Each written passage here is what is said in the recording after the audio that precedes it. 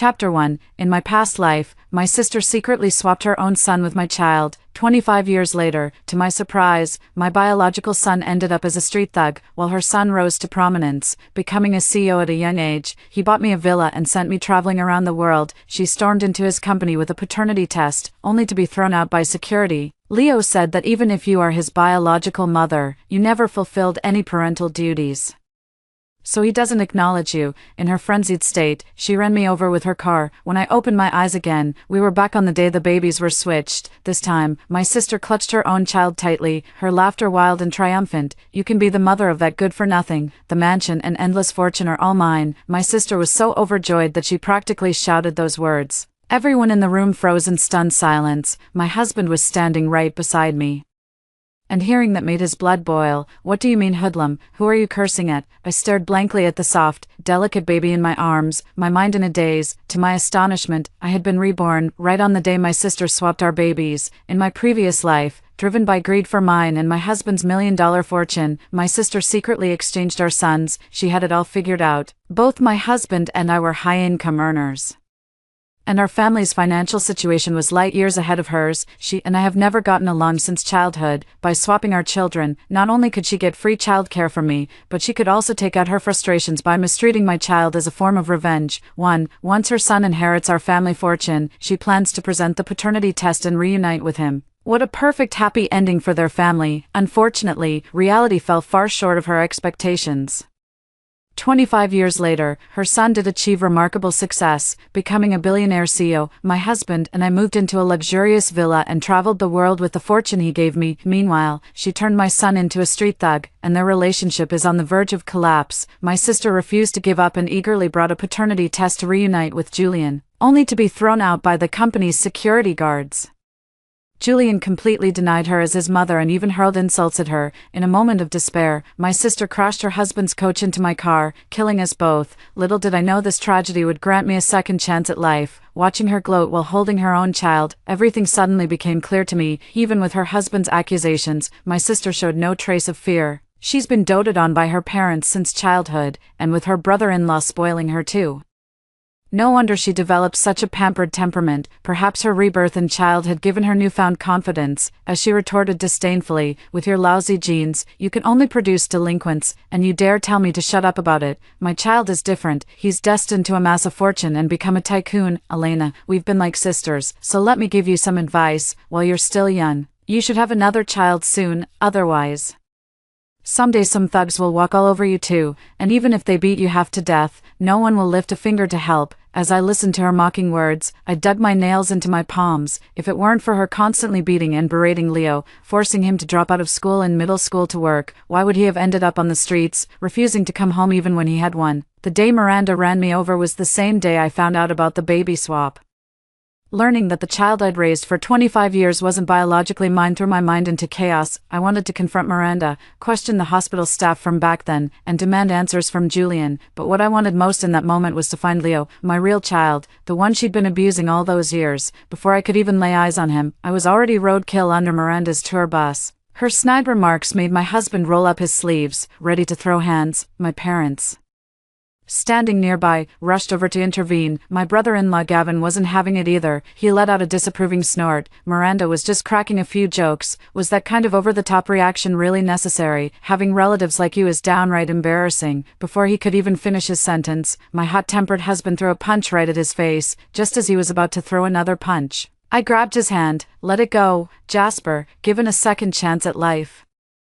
All I want is to make it up to my poor child. As for Miranda, I'll find a way to deal with her eventually. There's no need to rush." That very night, we went through the transfer procedures. While packing up in the hospital room, I overheard hushed whispers from behind the curtain next to me. My sister tried to keep her voice down, but the sheer delight in it was unmistakable. "I've been reborn, and our Julian is going to be a big shot in the future." At first, the others were skeptical, but as Miranda painted such a vivid picture, the three of them gradually grew wide-eyed with envy. After all, who wouldn't be tempted by the prospect of effortlessly living in a mansion and achieving financial freedom? She had been reborn too. Mom and Dad took turns holding Julian. "No, it's Julian now," showering their dear grandson with affectionate calls. "Too." Gavin slapped his thigh in delight, grinning from ear to ear. "That's my boy for you, a real standout among men." but when it came to my side of things, Miranda wore a smug expression. Elena's son is going to turn into a troublemaker. Dad frowned. We should keep our distance from them from now on. Once they latch onto you, it'll be nothing but trouble. Mom chimed in agreement. Let's enroll Julian in a proper school later. We can't let him be corrupted by that kid from their family. I was standing outside the curtain and could hear every word of their conversation clearly. Chapter 2. Does she actually believe Julian managed to start a company entirely on his own merit? I've always wondered how two decent, hardworking people like Jasper and me ended up raising someone as cold and self-serving as Julian. Don't even get me started on how he refuses to acknowledge Miranda as his birth mother. If I didn't hold the majority of the company's shares, he probably wouldn't give me the time of day, let alone provide this luxury villa and global travels. But honestly, I'd be more than happy to keep my distance from the lot of them. Hearing those hushed whispers still coming from behind the curtain, I just tossed the noodle cup right in, ignored the startled yelps, and walked out of the hospital room. And that was just the first gift I had in store for Miranda. With my previous work experience, I've been thriving at the company these past few years, and my promotions have been coming one after another. Outside of work, I devoted all my time to being there for Leo. In his past life, under the oppression and abuse from Miranda and her family, Leo started smoking, drinking, and getting into fights at school at a very young age. Miranda never once considered that she might be the problem. Instead, she'd yell at Leo, calling him a hopeless loser who would never amount to anything. During his teenage years, Leo grew increasingly sullen and aggressive, defying Miranda's authority and spending days and nights away from home. Had that household not been so bitterly cold, he would never have sought solace in the company of those street toughs. I don't expect my son to achieve extraordinary success. I only wish for him to have a carefree and joyful childhood in this lifetime, with Jasper and me by his side providing care and companionship. Leo shed the hostility from his past life to any observer. He appears no different from any other contented child. Leo still takes after his father a bit, reserved in speech and somewhat aloof, probably because I spend the most time with him. Leo acts quite distant around others, but he's very attached to me. He's always tugging at me to take him out to play, or clinging to me for help with his studies. This weekend, as usual, I brought him to the mall to buy clothes.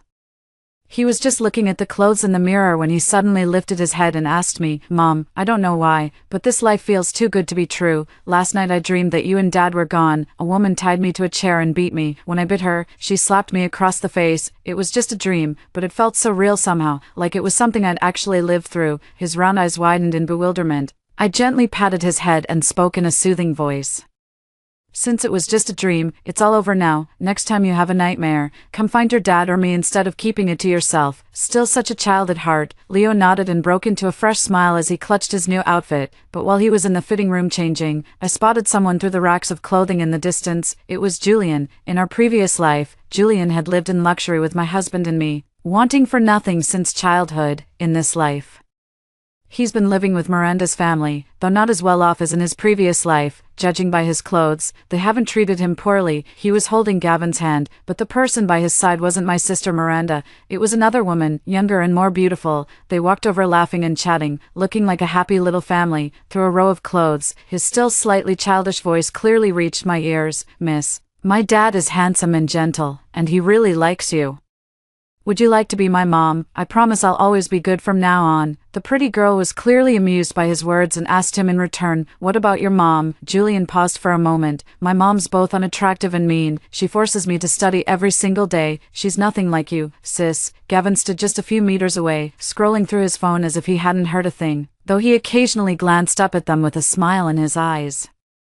He didn't bat an eye as his own son slandered his wife like that, and all the while, my poor sister was probably at home, foolishly preparing dinner for those two ungrateful snakes. Seeing Julian act this way didn't surprise me in the least. He'd pulled the exact same stunt in our past life. Jasper opened a boxing club downtown and hired some young girls as secretarial staff. In my past life, those young girls sweet-talked Julian until he lost all sense of himself. He'd come home and beat me, hurling insults about how I'd lost my looks, then humiliate me in public saying he wanted one of those pretty young things to be his new mother. Now in this lifetime, with a different family, Julian's still the same ungrateful wretch. Gavin, clearly torn between reluctance and willingness, ultimately gave in to temptation. I averted my gaze but secretly took out my phone to snap a picture of Gavin and that young girl in an intimate moment. Just as Leo stepped out of the fitting room and I was about to take his hand to leave, we were startled by a sharp, piercing scream. "I'll teach you a lesson, you homewrecker." My sister appeared in my line of sight, disheveled and stumbling. It had been a while since we last met. Gone was the refined elegance she once possessed. Now she was draped in weariness and a rustic air, looking a full decade older. I'd heard that to groom Julian into a successful businessman as soon as possible. She, who had never lifted a finger for housework since childhood, had quit her job and devoted herself entirely to attending to Julian. No wonder Gavin and Julian were decked out in designer labels from head to toe, while she had stepped out wearing an apron, with faint stains and food splatters still visible on it. It's a shame, she had such high hopes for her son, yet he was secretly wishing for a prettier mother. When she saw Gavin walking arm in arm with that woman, she completely lost it and lunged at them. Instead of confronting the cheating scumbag, she grabbed the young woman by the hair, hitting and pulling. "I'll teach you, you home-wrecking hussy." Seeing the situation turning sour, Julian quickly dodged to the side and hid behind a rack of clothes. The younger girl couldn't dodge in time. Her face was left with several scratches from her sister, and her hair was yanked into disarray. But she was no pushover either, seizing an opportunity. The girl slapped her sister several times, leaving her momentarily dazed and disoriented. The two of them tussled, drawing a crowd of onlookers eager to watch the drama unfold. I stood to the side, quietly speculating about who would win this fight. My sister, having managed household chores for years, must have far greater stamina than this young girl. Sure enough, after a few rounds, my sister gained the upper hand. But at the critical moment, Gavin, who had been silently watching from the sidelines, suddenly stepped forward, shoved my sister aside, and shielded the girl behind him. "Have you lost your mind, Miss? Cora just came to buy some clothes for the child, and look at the mess you've made." He cast a disgusted glance at his completely stunned sister and spoke coldly. "Look at you, carrying on like a shrew. How could you go out dressed like this? You've completely humiliated me. Miranda, if you keep this up, don't force me to divorce you." With that, he walked out of the mall with the young, pretty teacher on his arm, not even sparing his sister a glance, as if being seen with her was some kind of embarrassment. Julian wanted to follow them, but he was afraid his sister would spot him. He had no choice but to stay hidden behind the pile of clothes, glaring resentfully at the mother who had ruined his plans. After being scolded, his sister stood frozen in place for a long time, the composure she had struggled to maintain completely crumbling from her face. In the midst of her breakdown, she saw me, as if all the pent-up hatred had finally found its target. Her voice suddenly rose sharply. "Elena, was this your doing?" she muttered to herself. "I knew Gavin couldn't have been seduced by that temptress. It was you pulling the strings all along. You must have been bad-mouthing me to Gavin behind my back, trying to drive a wedge between us." Chapter 3, "And that seductress was your doing too, wasn't she? You just can't stand to see me happy." 3. Still deluding herself at a time like this, I gave her a cold stare, my voice dripping with sarcasm. "Instead of suspecting me, you'd be better off worrying about your precious son. After all, it was your precious son who introduced such an excellent teacher to Gavin." At the mention of Julian, Miranda became completely agitated. She turned a deaf ear to my advice and instead fixated on the wrong point. "I see now. Are you jealous of my villa and trying to steal my son back from me?" I was completely speechless and couldn't be bothered to deal with her anymore, so I turned to leave. But to my surprise, that move instantly infuriated my sister. "Elena, don't you dare think you can walk all over me too," she screamed as she grabbed a nearby clothes hanger and charged at me. Before I could dodge, a faster figure rushed forward and slammed hard into my sister, who had lost her mind. Though Leo was young, he was already quite sturdy. Caught off guard, my sister was shoved aside by him and fell to the ground. Leo then stood in front of me, using his still-growing body to firmly shield me. "Don't you dare bully my mom." That remark made her sister's face flicker with shifting emotions. She stared at Leo for a long moment, as if finally recognizing him as her son from a past life, and spoke in disbelief. "Impossible. Aren't you supposed to be a rabid dog? You should be at odds with this woman. So how could you possibly be defending her like this?" My sister was naturally taken aback, because in our previous life, Leo had treated her in a completely different manner. I smiled without saying a word, just patted Leo's head and gave him some advice. "Next time something like this happens, don't rush out recklessly. Stay behind me. I can handle it on my own." Leo looked a bit hurt, pouting as he spoke, "But I'm afraid you'll be treated unfairly." After a moment of composure, my sister finally steadied herself. She looked at him with disdain. "I don't know what kind of spell you've cast on him to make him so obedient to you. So what? He'll still end up as a good-for-nothing loser. You just wait, you'll be stuck with that deadbeat and end up all alone in your old age." She tried to stand up, but her ankle had been hurt in the fall. She wobbled unsteadily, attempting several times without success. Just then, she spotted Julian trying to sneak away from his hiding spot in the corner. "Sweetheart," Mommy twisted her ankle. "Come help me up." Julian only stepped forward with obvious reluctance after being called out, but when he reached her, his face scrunched up in distaste. "You came out dressed like that." Disgust was written all over his face. "My classmates are right outside the mall. I've always told them my mom is a corporate executive. If they see you like this, I'll never live it down." After saying this, Julian dashed off without a second thought for her mother's injuries. Although the outcome was satisfying, Leo remained sullen after returning home. "She called me a future delinquent, but I'm determined to make something of myself, otherwise, she'll keep looking down on you, Mom. I can't stand her mocking and bullying you." Jasper patted his shoulder with satisfaction.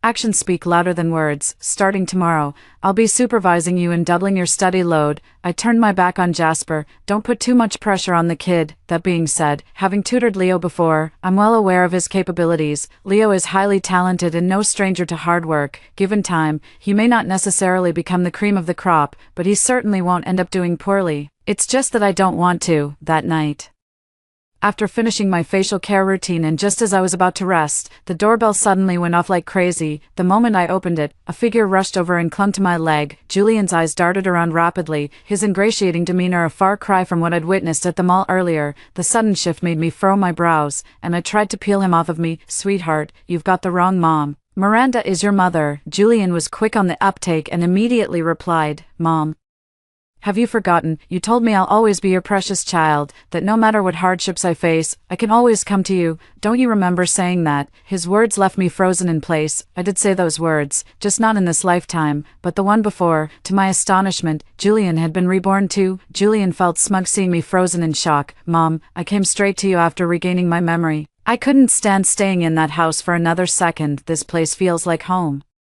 He strutted past me and sprawled lazily across the expensive sofa, casually picking up the iPhone nearby to fiddle with. "Mom, I've been wanting to upgrade my phone forever. Could you buy me the latest model? My family is so stingy, they won't even buy me a new phone." I'm completely speechless. "I'm speechless too. You don't still think you're that Julian who gets whatever he wants, do you?" Leo and Jasper came out in their pajamas, saw Julian sitting there without a care, and just stared at each other in disbelief. Before I could even say anything, Julian jumped in and spoke first. "Dad, don't you remember me? I'm your son Julian." Hearing this, Leo looked at him with hostility. "What nonsense are you talking? These are my parents, not yours." Jasper was completely baffled. Has this kid lost his mind? Turns out Julian had also been reborn after returning home today, having grown accustomed to a life of luxury in his previous existence.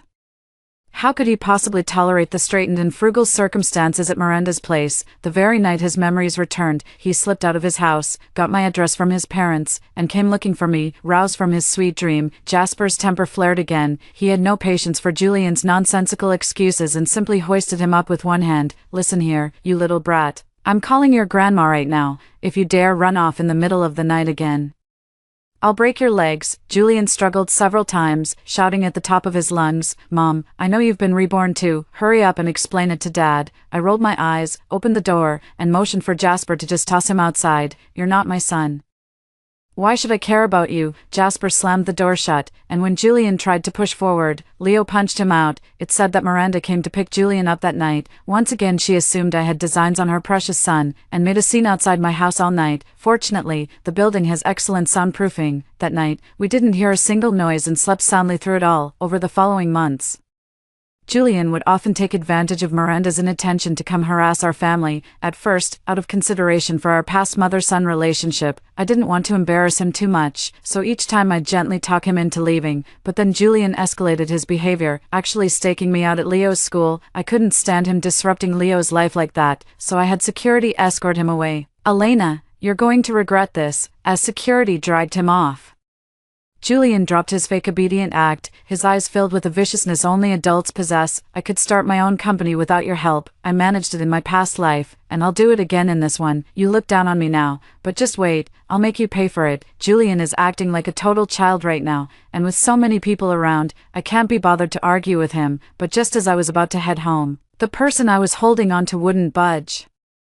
Leo glared in the direction where Julian was being dragged away, his face burning with rage. When he turned back to me, his tone was deadly serious. "Don't be scared, Mom. If he ever comes at you, I'll take him down myself." Hearing his earnest words, it suddenly struck me that raising a child to adulthood might actually be a joyful experience. I patted his head, feeling my spirits lift. "Silly boy. Just call the police when the time comes.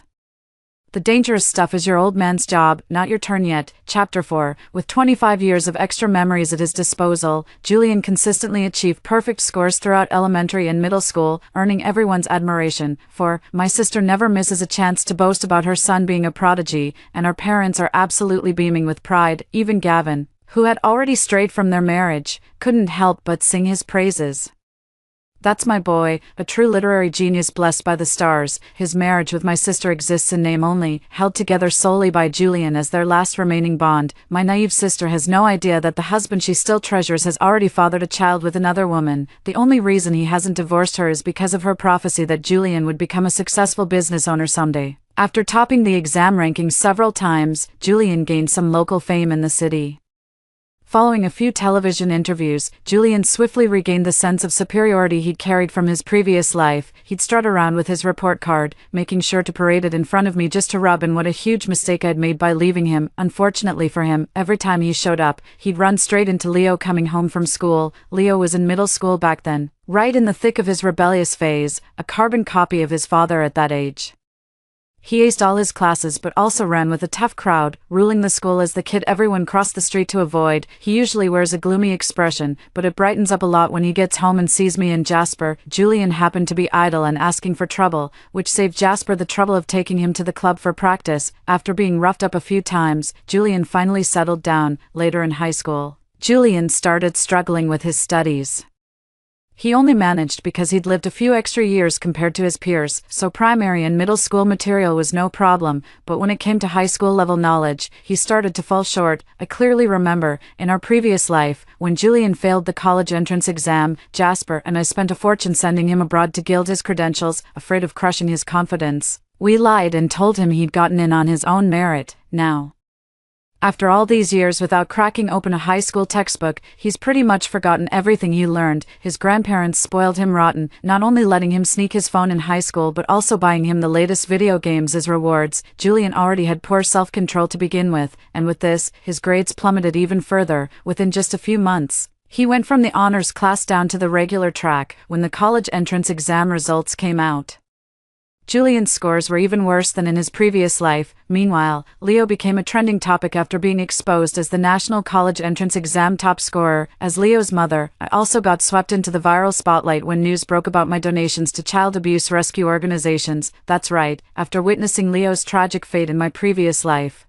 I could no longer stand idly by while children suffered parental abuse. Over these past few years, I've donated nearly $1 million in total, helping hundreds of children escape their horrifying family environments. Though it's just a drop in the bucket, the thought of saving even one person brings immense comfort. At our son's college acceptance celebration, Jasper was so overjoyed he splurged on a lavish banquet for the entire family at an upscale hotel. My sister and parents were among the guests. I hadn't planned to invite them originally, as Jasper and I had long intended to relocate after Leo got into university. The thought that we might never meet again made this final farewell feel almost necessary. My parents knew they hadn't been proper grandparents all these years, and shame made them keep their heads down while picking at their food. Leo received endless praise from my in-laws, though their expressions turned puzzled when their gaze shifted to my sister, Elena. "How come I never knew you had an aunt?" I chuckled and said.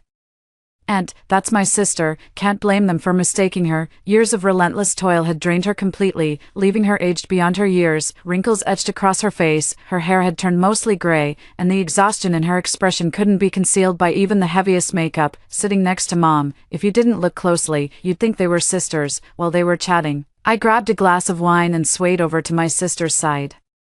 My sister had been wearing a face full of resentment ever since she arrived at the banquet. With that sullen face and her dowdy clothes, she looked every bit the resentful woman. Her eyes were practically shooting daggers at me. "You, a lowly creature like you, dares call yourself the mother of a top scholar. Your wretched son stole all my son's good fortune." She raised her hand to slap me, but her arm was effortlessly caught.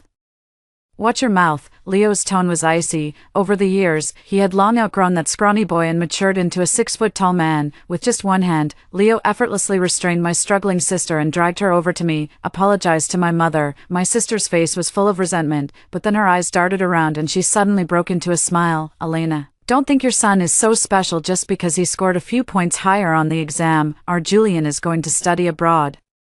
You know, overseas. That's way more impressive than what your son is doing. Study abroad. Come to think of it, is Julian going to the same school as in his past life? That school costs nearly $1 million a year with tuition and living expenses combined. Even if Miranda's family sold their house, they couldn't afford to send him there. The banquet was about to begin. I shot a sidelong glance at my deranged sister and flung the wine in my glass straight into her face.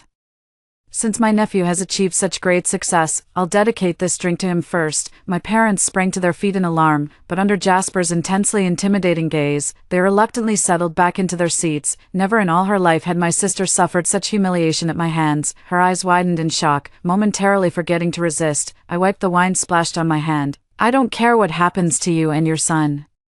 But if either of you ever dares to harass me or my family again, I'll make you regret it. Chapter 5. The security guard carried out the shrieking woman. 5. I let out a sigh. I just hope Julian won't be so heartless as to gamble away our entire life savings on this uncertain future. Soon after Leo started school, Jasper and I moved to a new city and began a new chapter of our lives. To ensure a more comfortable life in our later years, we both agreed to purchase a villa in the suburbs.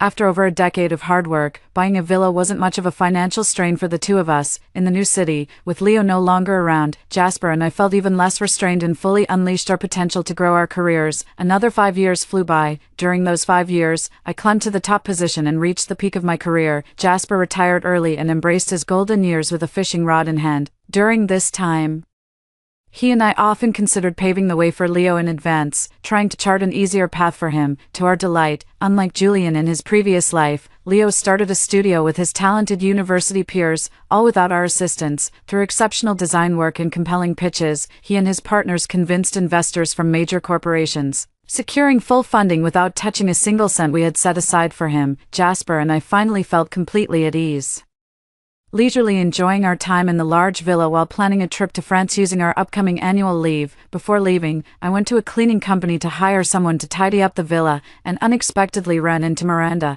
whom I hadn't seen in years. They say that back then, Julian insisted on going abroad, arrogantly believing he could study overseas while landing a high-paying part-time job. But he barely lasted a year abroad before quickly packing up and slinking back home in disgrace. In his previous life, he spent money recklessly abroad. With the connections Jasper and I had set up for him, he never had to worry about finances. Now, alone and without any support, he couldn't even land a decent part-time job. Before long, he was struggling to make ends meet. After returning home without managing to earn a degree overseas, Julian decided to try his hand at starting a business. But when he actually got started, he completely fell apart. After all, in our previous life, Jasper and I took care of everything for him. Julian just reaped the benefits without ever realizing how crucial the initial struggle was. Later, he stumbled around like a headless fly, made a failed investment, blew through Miranda's savings of over a decade, and ended up with millions in debt. Miranda was forced to sell her own house and even pressured her parents to sell their retirement home to scrape together enough money to pay off Julian's debts. Meanwhile, Gavin had already prepared divorce papers. The moment Julian's debts came to light, he divorced Miranda at lightning speed and ran off with his mistress. After his business failed, Julian was completely devastated and became a total shut-in, holed up at home. Not only did Miranda have to fend for herself,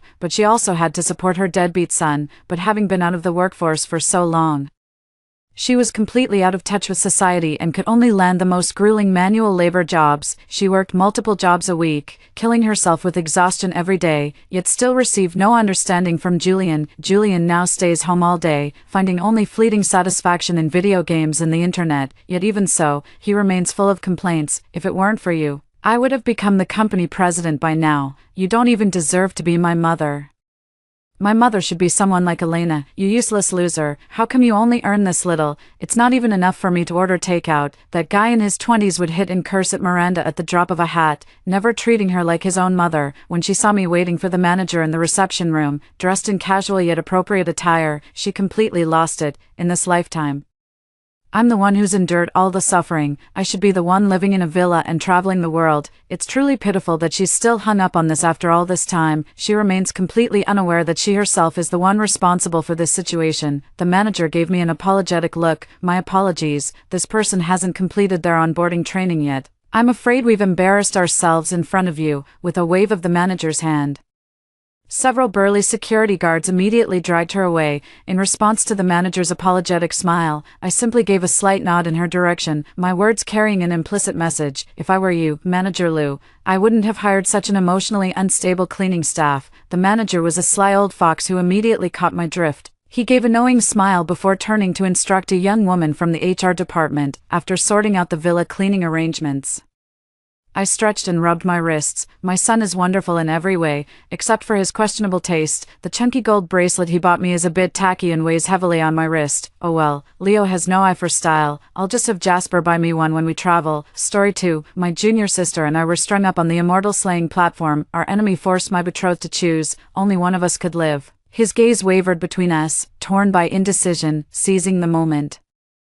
I triggered a spell with my foot and yanked my unsuspecting fiancé straight into the abyss. Nemesis, junior sister, I casually blew away the immortal mist rising from my feet after casting the spell. The man you wanted dead is gone. Will you let us down now? 1. I got transmigrated into a novel, woke up in a cliché Shinsha romance as the notorious villainess. The system tasked me with redeeming the female lead, Zara. In this setting, we're both disciples of the Phoenix clan's mightiest war deity. The difference is, as the only daughter of the Phoenix clan's chief, I was groomed from birth to be the Phoenix prince's consort. That's why I was sent to train under the clan's war god, becoming his nominal last disciple. While Zara was merely a balsam flower that gained sentience near the war god's gate, she earned her place through sheer diligence, yet remained the lowest-ranking chore apprentice among his many disciples. As for our story, pure melodramatic clichés, to put it simply. My fiancé Ethan, the god of war of the Phoenix clan and the heavenly emperor's son, doesn't love me. His heart belongs to that resilient little white flower, Zara. Oh wait, not a white flower, a balsam blossom. And then I reached the plot twist I detest most in this entire story, tying up both the female lead and rival, leaving the male lead to choose who gets to live. I rolled my eyes in exasperation, cursing the system under my breath. Can't you just let me choose whether the male lead or second male lead survives? Are you kidding me? After grinding through 9 years of compulsory education answering multiple choice questions, now I'm the one becoming an option. Just when I thought things couldn't get more absurd, the innocent little flower Zara gave me and Ethan this tragically noble look, radiating pure kindness and resignation. Ethan, I'm just a worthless little flower, let Vicky live. You two are the hope of the Phoenix and Vermilion Bird clans. Hearing this, I cursed under my breath. What a lunatic. Though to be fair, the real nut job here is Ethan, that walking cliché of a toxic ex-boyfriend. No, Zara, you and Vicky both mean the world to me. I'd never abandon either of you. I rolled my eyes again. Seriously, dude, stop playing the devoted lover when you're already cheating. And could you not say my name in that disgusting tone?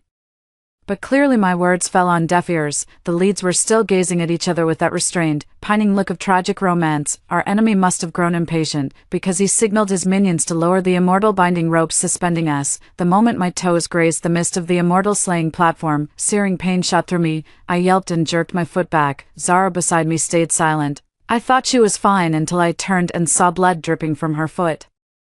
I was about to ask if she'd gone numb from the pain, only to find her locked in a lovesick stare with Ethan, her bleeding foot stubbornly planted like some tragic heroine. I rolled my eyes hard. These melodramatic romance addicts are insufferable. Ethan, have you decided who gets to live? If you don't choose now, I'll kill them both. The enemy let out a hearty laugh, clearly relishing Ethan's agonizing indecision. I rolled my eyes at him. Dude, if you've got beef with Ethan, take it out on him. Why make us play this death game, making him choose a favorite to keep? He didn't even love the one who died. What the hell are you trying to achieve here? I just don't get it. But nobody at the scene heard a word I said. They were all trapped in their own little worlds. Ethan looked frantic yet indecisive, while Zara shook her head tearfully, begging him over and over to choose me. And that damn enemy I just cursed out kept relentlessly pushing Ethan to decide. There I was, awkwardly wiggling my toes in the air, the only part of me that could still move. Wait, my foot can move. Overjoyed, I realized the foot injured by the immortal slaying platform was now free from the binding immortal rope's restraint. Without hesitation, I formed a spell seal with my toes. Ethan, if you don't make your choice now, I'll... Before my enemy could finish, a golden light shot from my toes straight toward the unsuspecting Ethan. The next instant, The golden beam yanked him up above the immortal slaying platform, then he fell. Everyone, they all stared blankly at the spot where Ethan had fallen. Only I casually lifted the foot I'd just cast the spell with, blew away the wisps of magic curling from my toes, my face utterly composed. The man you wanted dead is gone. Will you let us down now? My enemy gaped at the execution platform, then turned to me with utter bewilderment upon hearing my words. You, what the hell? He seemed completely dazed, still struggling to process what had just happened, but I had no patience left. With another incantation, I sent him tumbling down after the others. Then, under the stunned gazes of the remaining onlookers, I swayed to adjust my trajectory, calculated the perfect landing angle, chanted the unbinding spell to free myself from the celestial ropes, and landed gracefully beneath the immortal slaying platform. My enemy's lackeys finally panicked, scrambling away in desperate retreat, but a vindictive villainess like me would never spare anyone who'd ever wronged me. With a dramatic sweep of my hand, I hurled them all into the immortal execution platform. Then I rescued the bound Zara. What else could I do? Redeeming her was my transmigration mission. The rescued Zara sobbed uncontrollably and tried to leap into the platform, swearing to live and die with Ethan. Speechless, I still stepped forward and grabbed her arm. Have you lost your mind? After centuries of cultivation to ascend from a mere balsam flower to immortality, why throw it all away for some man? Tears welled in her eyes as she sobbed. Vicky, you wouldn't understand. No matter how hard I cultivate, the world still scorns my humble origins. Only Ethan, he never looked down on me. He'd even defend me when others mocked me. With the one person who truly cared gone, what's left to live for? As she spoke, she made another desperate lunge toward the immortal execution platform. I couldn't hold back and slapped her across the face. Are you awake now? Zara stood there stunned, completely dazed by my blow. Why seek your worth through a man's validation? If you become powerful enough to command everyone's attention, even if it's not genuine respect, they'll never dare look down on you again. Zara, a powerful man's protection might earn you temporary respect from others, but the moment his favor fades, every shred of dignity you've built through him will vanish instantly. Though Zara had stopped insisting on jumping off the immortal execution platform after hearing my words, she still wept bitterly. Ethan wasn't that kind of man. Had he lived, he would have treated me the same way forever. Furious as I was, I knew mere lectures were useless against this lovesick fool. I grabbed her hand and led her into the Kunlun Hall. The fairy Aurora, guardian of the Kunlun Mirror, remained unaware of the events at the immortal execution platform, assuming I'd brought Zara to glimpse who might marry Ethan in the future. Good heavens, peeking into celestial destinies is strictly forbidden by the Jade Emperor's decree. Before she could finish, I'd already waved my hand to activate the mirror, where scenes from the mortal realm swiftly materialized. Fairy Aurora looked utterly bewildered, probably wondering how I could operate the Kunlun mirror. After all, she didn't know I'd transmigrated into this story. Right now, I had no patience to explain. Grabbing Zara's arm, I strode decisively toward the Kunlun mirror. With another wave of my hand, the mirror's surface focused squarely on Ethan, who is currently in the mortal realm. Ethan possesses boundless spiritual power. Falling from the immortal execution platform merely stripped him of memories and magic, forcing him to endure mortal tribulations. Once he overcomes this trial, he'll return to the celestial realm. Even knowing this, would you still throw your life away for him? The moment I finished speaking, the fairy Aurora beside me suddenly let out a shriek. The crown prince fell into the immortal execution platform. She fainted from shock right after saying that. I didn't have time to deal with her.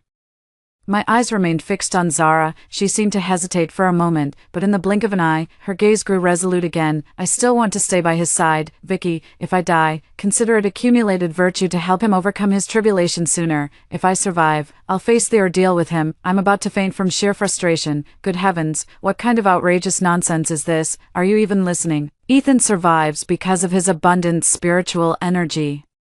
But with your pitiful reserves, that jump would be suicide, and this accumulating virtue nonsense, what merits are you earning for him? Stop these self-indulgent martyrdom acts, will you? Love yourself before loving others. Of course I knew Zara wouldn't die. The original plot had Ethan choosing me, then jumping off the immortal execution platform with Zara to continue their love story in the mortal realm. But since I transmigrated here specifically to wake Zara up, I can't let her follow the original storyline. Fine, if you're so hung up on him, I'll take you to the mortal world myself. Let's see how reliable a man's so-called love really is. With those words, I took her hand and flew straight down from Kunlun Palace toward the mortal realm. 2. In the human world, Ethan was the fourth prince of the Phoenix Kingdom, born to the Imperial Empress, which made him crown prince by birthright. Princess Maya from a neighboring kingdom was his betrothed.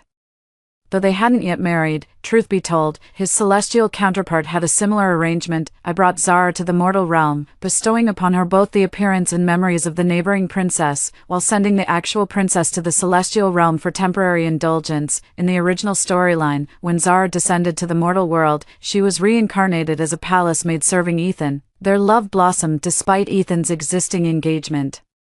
Yet their mortal tale ended with him upholding duty by wedding the neighboring princess, while Zara languished into an early grave. Upon learning of Zara's death, Ethan was utterly heartbroken and soon took his own life. After overcoming their mortal trials together, Ethan became determined to break off our engagement and marry Zara instead, but Zara lost all feelings for Ethan after their shared tribulation in the mortal realm. What followed was a classic chasing your ex through hell storyline, culminating in the inevitable happy ending. The novel's fans were moved to tears by the protagonist's 2 lifetimes of love, hailing it as true romance, swearing that even if all memories faded, they'd fall for each other countless times over. What bullshit about pure love. I've never believed in that crap. The reason Ethan fell for Zara again in the mortal world is because her character never changed across lifetimes.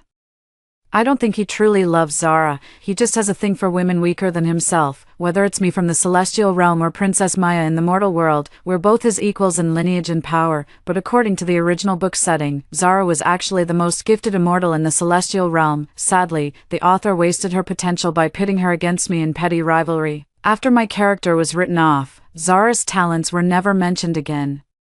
So I wonder, if Zara had become his true equal in power, would they still have fallen in love? 3. The mortal realm's governance mirrors the celestial world's, and the dynamics between nations resemble those among immortal clans. The marriage alliance between Ethan and Maya was one of the peace terms negotiated between the 2 nations. The war between the Phoenix Kingdom and the Mu Kingdom had raged for years. The Phoenix Kingdom, plagued by resource scarcity and famine, saw war as the only means to secure survival. Though prosperous, the Mu Kingdom's prolonged warfare had drained its treasury and brought suffering to its people. After careful deliberation, the King of Mu decided to negotiate peace with the Phoenix Kingdom, with Princess Maya's political marriage being one of the key terms. When Zara and I arrived in the mortal realm, Maya had just come of age and was soon to be sent away for the arranged marriage, having fully taken Maya's place.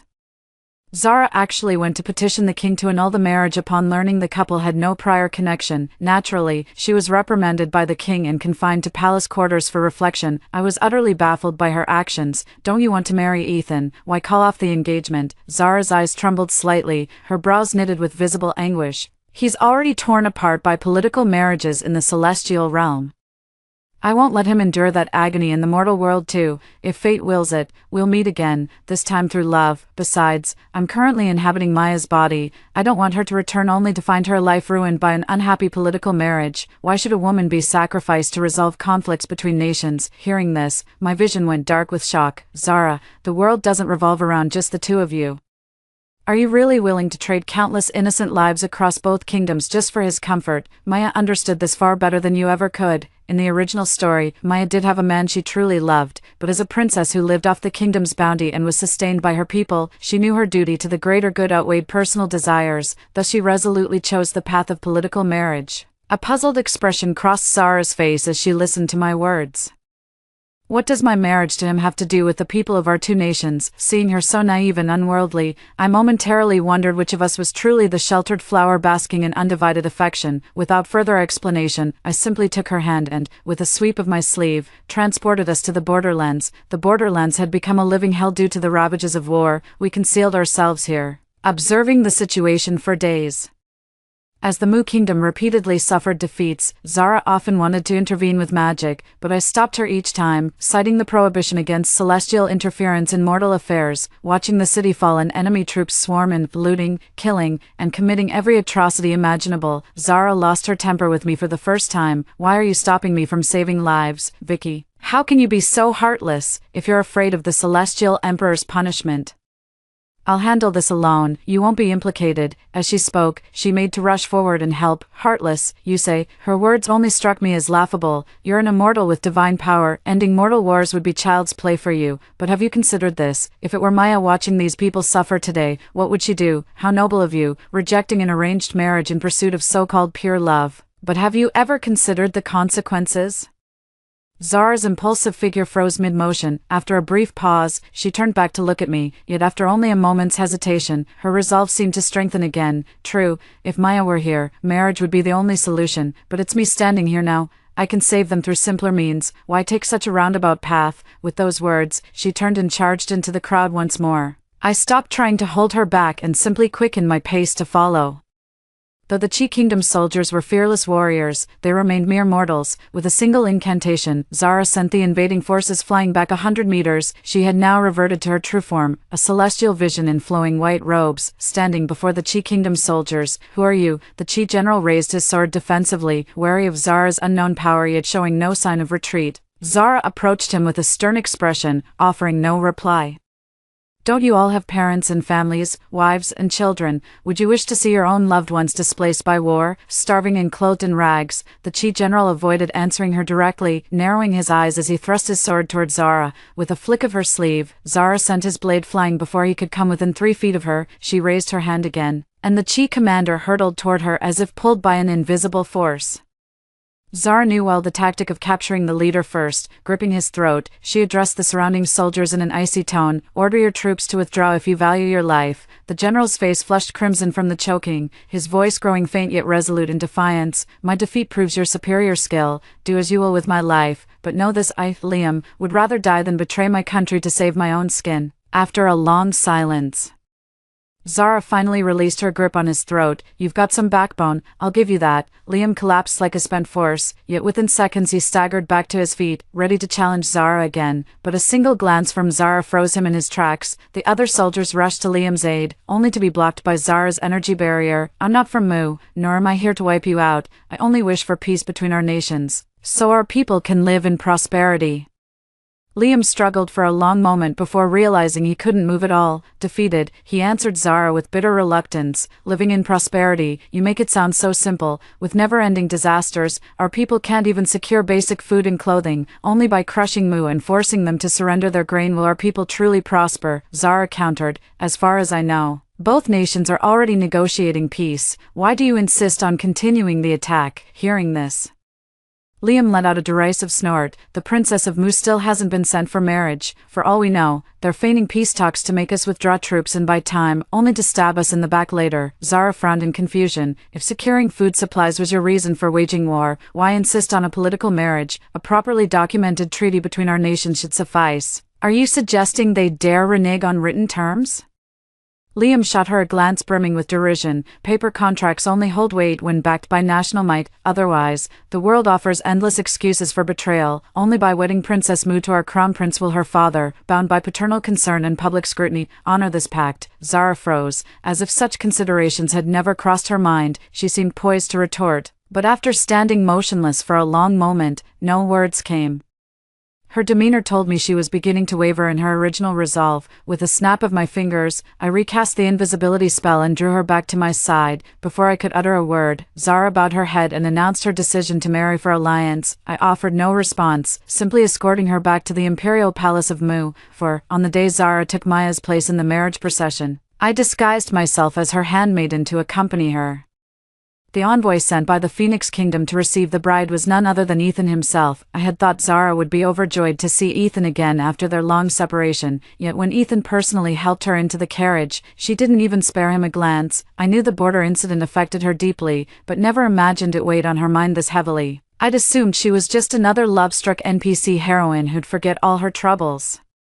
Yet she showed such profound concern for human suffering. Turns out she's not just some love-obsessed woman after all. Blending into the wedding procession, I stealthily cast a teleportation spell and materialized inside Zara's carriage. Zara's face was clouded with worry, yet she remained silent when she saw me. After a long pause, she finally looked up at me. Vicky, I don't understand. Even if a mere treaty can't guarantee peace between nations, why must women always be sacrificed for it?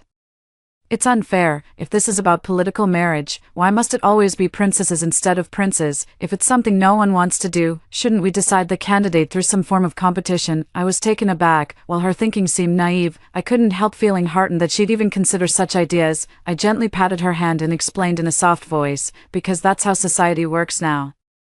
In their eyes, men are meant to inherit family legacies, especially in royal families, so women naturally become tools for political marriages. Even when nations aren't at war, emperors would marry off princesses to subjects to maintain control and curry favor. That's why Maya has no right to choose her own happiness, whether through political marriage or not. My betrothal to Ethan is no exception. Why not? Zara grew agitated.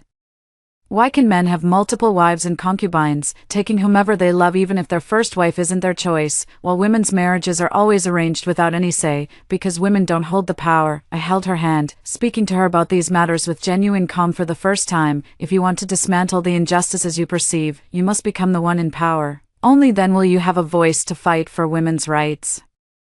Zara's eyes trembled slightly as if having an epiphany, her previously dull gaze suddenly turning resolute. 5. After marrying Ethan, Zara didn't spend her days in romantic dalliances like the original story depicted, but pursued more meaningful endeavors. She stayed by Ethan's side, spending most of her time assisting him with governmental affairs. During this period, she gained considerable knowledge, combined with her own studies of historical texts and military strategies. She eventually became capable of offering him counsel. Ethan held her in high regard, and they shared a period of mutual respect akin to an ideal marital bond, until one day, discord arose between them over the queen's secret possession of a childhood sweetheart's portrait. The incident began when the imperial concubine accidentally discovered a portrait of a man in the empress's chambers. Upon investigation, she learned the man was the empress's childhood sweetheart, and promptly reported this to the emperor. Enraged, the emperor confronted the empress, who offered no defense. As punishment, he placed her under palace confinement. After learning the full story, Zara realized this was the empress's former lover from before her marriage. The two had no contact whatsoever after the imperial wedding. As for the emperor, he never loved the empress to begin with. Their union was purely a political marriage. Zara believed the empress had done nothing improper to warrant such severe punishment, so she wanted Ethan to plead with the emperor to lift her confinement, but Ethan insisted his mother was truly at fault. Since she chose to be with the emperor, she should have let go of the past completely and devoted herself solely to him. How could she keep a portrait of her childhood sweetheart? Zara found his reasoning utterly absurd. If you demand undivided loyalty, why not hold the emperor to the same standard? Everyone knows he never loved Her Majesty, he only married her for her family's influence, while his true affection has always been for the noble consort. How is it fair that he could wed his beloved after marrying the empress, yet she's condemned just for keeping a single painting? Ethan frowned, clearly baffled by why she would ask such a thing. The emperor is the son of heaven. What's wrong with him having multiple consorts? How can you possibly compare these two matters? Zara stared at Ethan blankly, her lips trembling uncontrollably, whether from anger or something else. It was hard to tell. For the longest time, she couldn't utter a single word. Fine, fine, if you won't plead for Mother Empress, then I'll do it as her daughter-in-law. Ethan's expression darkened as he scolded her under his breath. Don't be absurd, what could you possibly say? Even as the Princess of Mu, Father Emperor won't listen to you on such matters. Zara let out a cold laugh, tossed back a "we'll see about that," and stormed out of the study. I followed Zara and asked about her plans. She replied, Ethan thinks that as a princess in a foreign land, my words carry little weight, but he forgets, it's always been me maintaining the support of both old and new ministers on his behalf. A realization dawned on me. I had an inkling of what she was referring to. Though the Phoenix Kingdom received ample provisions from Mu country through peace negotiations, many citizens still struggled with basic sustenance. During this period, Ethan devoted all his attention to public welfare matters, while Zara maintained court relations by socializing with officials' families. Even state affairs were discussed directly between Zara and the ministers, completely bypassing Ethan's knowledge. Currently, many court officials hold Zara in exceptionally high regard. Therefore, I suspect Zara won't approach the emperor directly, but rather have those ministers speak on her behalf. Moreover, since this concerns the empress, most would assume Zara's plea was actually Ethan's doing. Thus pressured by his ministers' petitions, the emperor would have no choice but to lift the empress' confinement, and indeed, Zara acted precisely as I'd anticipated. The only surprise was Ethan turning against her over this matter, again. Though their argument centered on why Zara acted without consulting him first, I could clearly sense Ethan's real anger wasn't about that. What infuriated him was how Zara had swayed nearly half the court ministers to do her bidding, how she'd gained such formidable political influence. His rage stemmed from the erosion of his own power. 6. After this incident, Ethan barred Zara from further contact with court officials. The distance between them grew with each passing day. At first, Zara felt quite upset. She occasionally confided in me, asking if she'd really crossed the line by making that decision without consulting Ethan. It wasn't until Ethan got himself an obedient little yes-woman that Zara finally woke up to reality. After 2 lifetimes of friendship, claiming not to be heartbroken would be a lie, Zara stood frozen in place, staring blankly at the lovey-dovey couple in the distance. Seeing the glistening tears in her eyes, perhaps from our long companionship. My heart ached unexpectedly. Since ancient times, women have always borne the brunt of love's wounds. As the saying goes, a man in love may yet escape, a woman in love is past all hope. I simply can't remain indifferent when seeing any woman heartbroken over love. Just as I was about to comfort her, Zara forcibly held back her tears. "Vicky, you were right. A man's love truly is the most unreliable thing in this world." With those words, she conjured the hairpin Ethan had given her in the celestial realm, then crushed it violently in her palm, reducing it to dust. "From this moment on, all ties between us are severed. Let each forge their own path henceforth." She turned and walked away without a backward glance. I stared at the scattered remnants of the hairpin, momentarily stunned. I recognized that hairpin. It's a protective charm Ethan forged with his immortal energy, infused with an immense amount of his power. Most deities couldn't even scratch it, let alone shatter it completely. Yet now, Zara crushed it effortlessly, as if it were nothing. Clearly, her rigorous training these past days has significantly enhanced her celestial prowess. Even in romance novels with that so-called stronger heroine, even stronger hero trope, Ethan, as the male lead, couldn't match Zara's current cultivation speed. There's no denying that Zara possesses the most extraordinary talent in this world. 7. The appearance of that new mate around Ethan gradually changed the dynamic between them. Everything changed when Ethan was ordered to suppress the rebellion. Claiming she couldn't trust others with Ethan's care, Zara petitioned to join the campaign. The Emperor, aware of the recent discord between them caused by the young palace maid, readily granted Zara's request to accompany and care for Ethan. I had assumed Zara was rekindling old flames. Still unable to let go of Ethan, little did I know she was orchestrating a grand scheme. Ethan personally led the troops to quell the rebellion, wielding his sword with such fearless prowess that he cut down every rebel in his path, nearly invincible in battle. Just as he was fully engaged in battling the rebels, an arrow suddenly shot toward his back, aiming straight for his heart. At the critical moment, Zara, who had followed him, shouted, "Watch your back," giving Ethan just enough warning to dodge, though he avoided a fatal hit. The arrow still pierced his shoulder, sending him tumbling off his horse. As the rebels swarmed in to finish him off, Zara snatched up a fallen sword and charged through the dozen-strong crowd to rescue Ethan. She then drew her longbow from behind and loosed arrow after arrow at the rebel ambushers hiding in the shadows. After eliminating the hidden foes, she galloped toward the military camp with Ethan, then entrusted the wounded man to the accompanying imperial physician, clad in full armor. She mounted her steed once more to lead the troops in quelling the rebellion. The onlookers were both astonished and utterly awestruck by her prowess. Upon returning victorious to the capital, the emperor heard of this and lavished praise upon Zara. "The crown princess's martial prowess is truly extraordinary. What a blessing for the Phoenix Kingdom." Zara stood there still clad in her armor, hair tied high, radiating vigor. "Every inch the image of a warrior general. Your Majesty flatters me. As Crown Princess of the Phoenix Kingdom, I shall serve our nation unto my last breath." With just a few words, Zara had the emperor beaming with delight. "Excellent, truly exemplary service to the realm, Maya. As the chief architect of this rebellion's suppression, name your reward." At these words, Zara lifted her gaze to meet the emperor's, her eyes suddenly resolute. "I desire nothing but the Crown Prince's safety, therefore I humbly beg your Majesty's permission to serve as his adjutant on all campaigns. This way, should danger befall him, I may swiftly come to his aid." The emperor was overjoyed upon hearing this and immediately approved her proposal, even bestowing 100 taels of gold as a reward. Ethan seemed rather displeased, but in the end couldn't bring himself to refuse. After all, Zara's proposal truly had his best interests at heart in every aspect. Upon returning to the Eastern Palace, Zara promptly dismissed all the servants, removed her armor, and lay down to rest. During the rebellion, I warned her that using magic last time already violated divine law, and she absolutely mustn't do it again this time. Zara nodded in agreement, so this campaign was fought solely with the combat skills she'd recently mastered. No wonder she returned exhausted after shedding her armor, sitting by the bedside. I couldn't help but feel admiration as I saw the heroic spirit shining through her eyes. "You're the one who leaked our strategy to the rebels, aren't you? That's how they set up that ambush behind Ethan." Zara's eyes fluttered open slightly at my words, a faint smile playing on her lips. "Right. What's more, Ethan will never set foot on a battlefield again." I chuckled softly. "I know, the royal physician answers to you too. In other words, Ethan's wounds will never fully heal."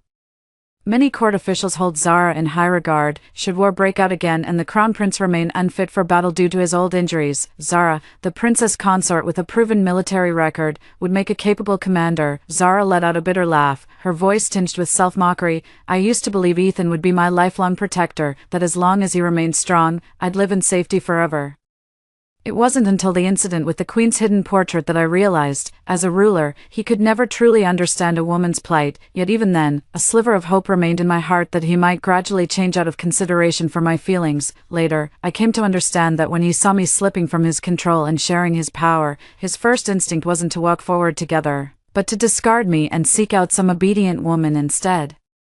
That was when I finally grasped the truth in your earlier words, that relying on oneself is the only path, no matter the circumstances. At first, my voice carried no weight, but then I realized, if I seized the power from their hands and stand above them all, no one would dare ignore a single word I utter, be it the mortal realm or celestial world. I shall wield absolute power, my voice shall echo across all lands and seas. I listened to her in silence, my heart swelling with quiet contentment. The warmth in Zara's eyes had vanished completely now. In its place burned an insatiable hunger for power. 8. Zara's plan worked like a charm. Despite the imperial physician's meticulous care, Ethan's right arm could no longer wield a sword, though it had healed. He tried training his left hand, but mastery wouldn't come overnight. Henceforth, the emperor dispatched seasoned generals instead of the crown prince to quell rebellions or bandits. Yet among these warriors, few returned victorious from battle. I know these defeats were all Zara's doing. Blinded by gender stereotypes, they dismiss Zara's past victories as mere flukes. Only when the court truly lacks capable commanders will Zara get her chance to step into the spotlight. Seeing the time was ripe, Zara had her close allies among the officials recommend her to lead the troops to quell the rebellion. Nevertheless, some rigid officials still insisted that as a woman, she was unfit to command an army against the rebels. Zara then publicly made a military pledge before everyone. Should I fail to return victorious, I shall atone for this failure with my life. With those words, no one dared to voice any further objections. True to expectations, Zara returned victorious. Thereafter, she repeatedly led military campaigns to quell rebellions and suppress bandits. On several occasions, she even managed to persuade the enemy to surrender without bloodshed.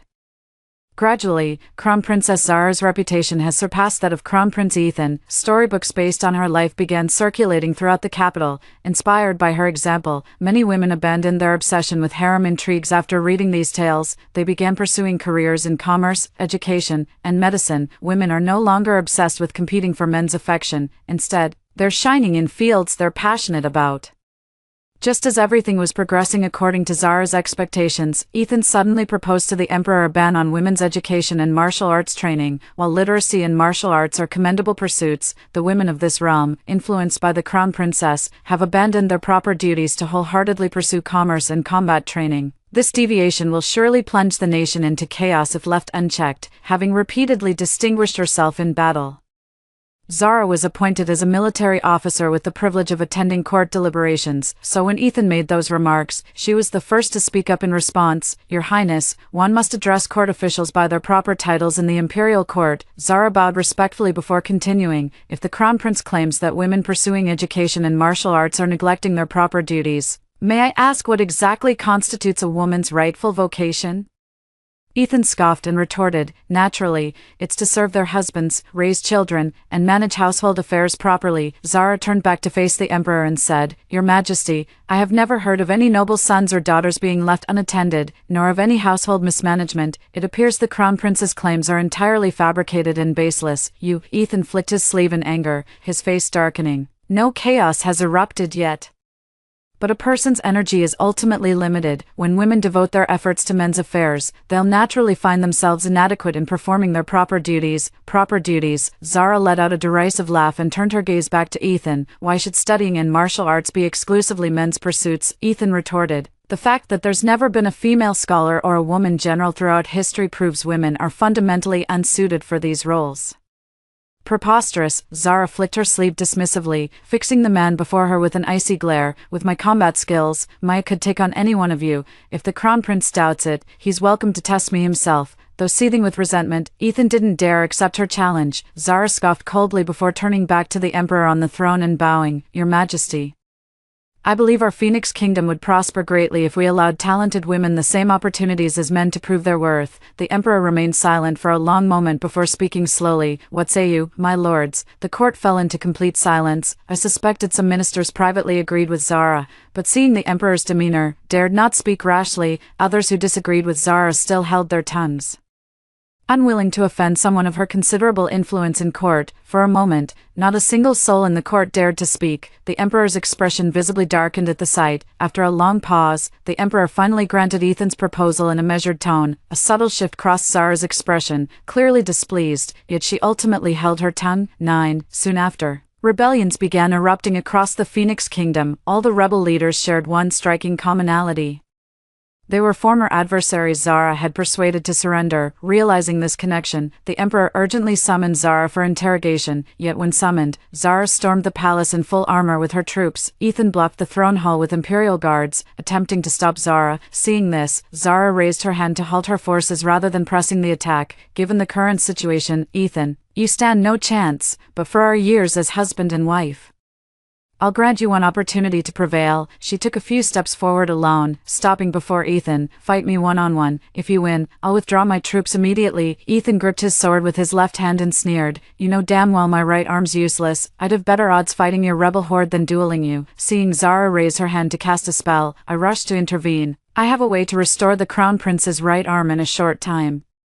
Zara frowned at me and said, I've already broken the rules, once more won't matter, but there's no need for you to cross that line. Leaning closer, I whispered in her ear, if you heal his injury with magic, even if you later win the wager fairly through martial skill, he'll still think you cheated, so it has to be me. With that, I met Zara's gaze again and gave her a reassuring nod. I quickly strode over to Ethan and casually shoved a pill into his hand. Take this, and your injured right arm will temporarily heal. Of course, the pill wasn't that potent. I'd secretly perform healing hand seals after he swallowed it, but to my surprise, my healing magic had no effect on Ethan whatsoever. Is it because he's a celestial being undergoing mortal trials that even my divine arts can't heal his wounds? Ethan raised the longsword with his right hand, but after a few swings, the weapon clattered to the ground as his old injury flared up.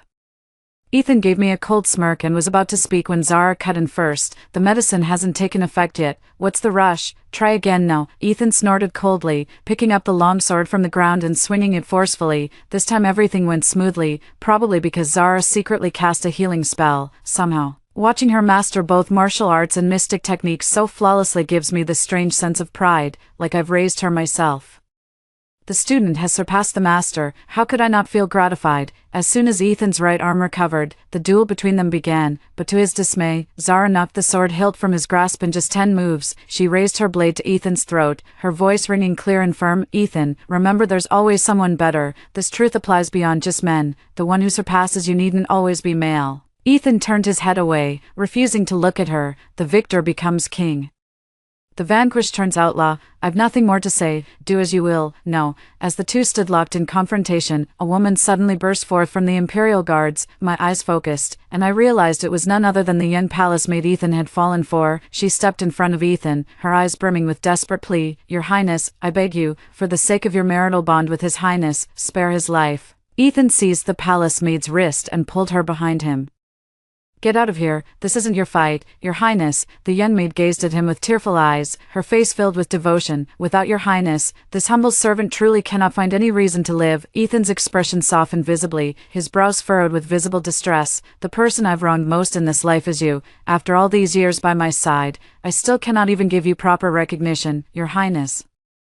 The profound affection between the two before Zara made me worry about her feelings once more. Fortunately, Zara seemed unaffected, quietly watching their farewell before calmly ordering the attack. With no other choice, Ethan knocked the woman in his arms unconscious, had her escorted away, and immediately led the Imperial Guards to intercept. Just as Zara had predicted, the Royal Guards stood no chance against her forces. Within half an hour, Zara's troops breached the palace defenses, capturing both Ethan and the king. 10. Dark clouds loomed and thunder roared on the day of Zara's coronation. The crowd below immediately erupted into chaos. Some claimed her usurpation of the throne defied the natural order, hence the celestial omens manifested. Others dismissed supernatural explanations, attributing these phenomena to ordinary weather patterns, yet in truth, this was divine retribution. Zara had previously meddled in mortal affairs with immortal arts. then shattered the world's natural hierarchy by ascending the throne as a female emperor, defy celestial laws repeatedly, and divine retribution shall surely follow. But, standing at a distance, I saw not a trace of panic in Zara's eyes, not even surprise, as if everything was unfolding exactly as she'd planned. Boom, a thunderclap roared, followed by a lightning bolt striking right before Zara. The crowd recoiled in terror, scattering in panic, leaving Zara standing alone. She raised her head, summoning a longsword from thin air, her eyes gleaming with anticipation. At first bewildered, I then focused on the blade in her hand, and realized with shock it was the legendary primordial sword. After Nuwa created the world, the primordial sacred sword naturally divided into 3 divine treasures, with its blade transforming into this very primordial sword now in her grasp. The 3 divine treasures had been lost for ages. Who could have imagined Zara would recover the primordial sword? From the celestial realms to the mortal world, never has a woman been permitted to rule as emperor. Such is the so-called heavenly decree, utterly laughable. Today, I, Zara, shall not only claim dominion over the mortal realm but become the sovereign of all under heaven. My voice shall echo across the 4 seas and 8 wildernesses. Henceforth, women may pursue their passions, study literature, master martial arts, serve as officials or merchants. Whatever men can do, women shall do likewise.